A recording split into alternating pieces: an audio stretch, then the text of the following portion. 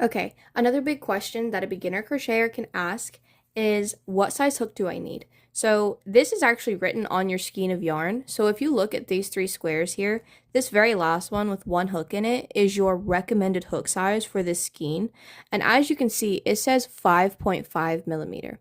So you can go with a 5.5 millimeter, such as this one. This is a Susan Bates brand. They're at Walmart. You just look for them. They come in single packages and you can just get one hook and you can go from there.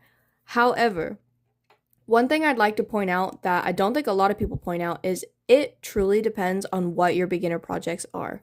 If you're going to start off with something like granny squares or coasters or something like that, then you can absolutely stick with a 5.5. However, if you want to start off kind of like I did, I started off real quickly going into stuffies, then you want to go down almost a complete size, if not more.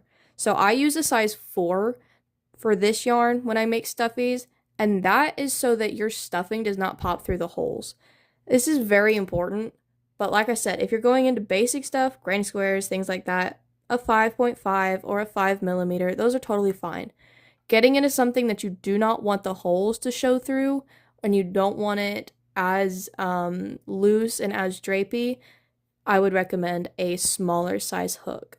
So that's my recommendations. You do not have to do that. That is up to you, and it truly depends on what your beginner projects will be. If this has helped you, like and subscribe for more.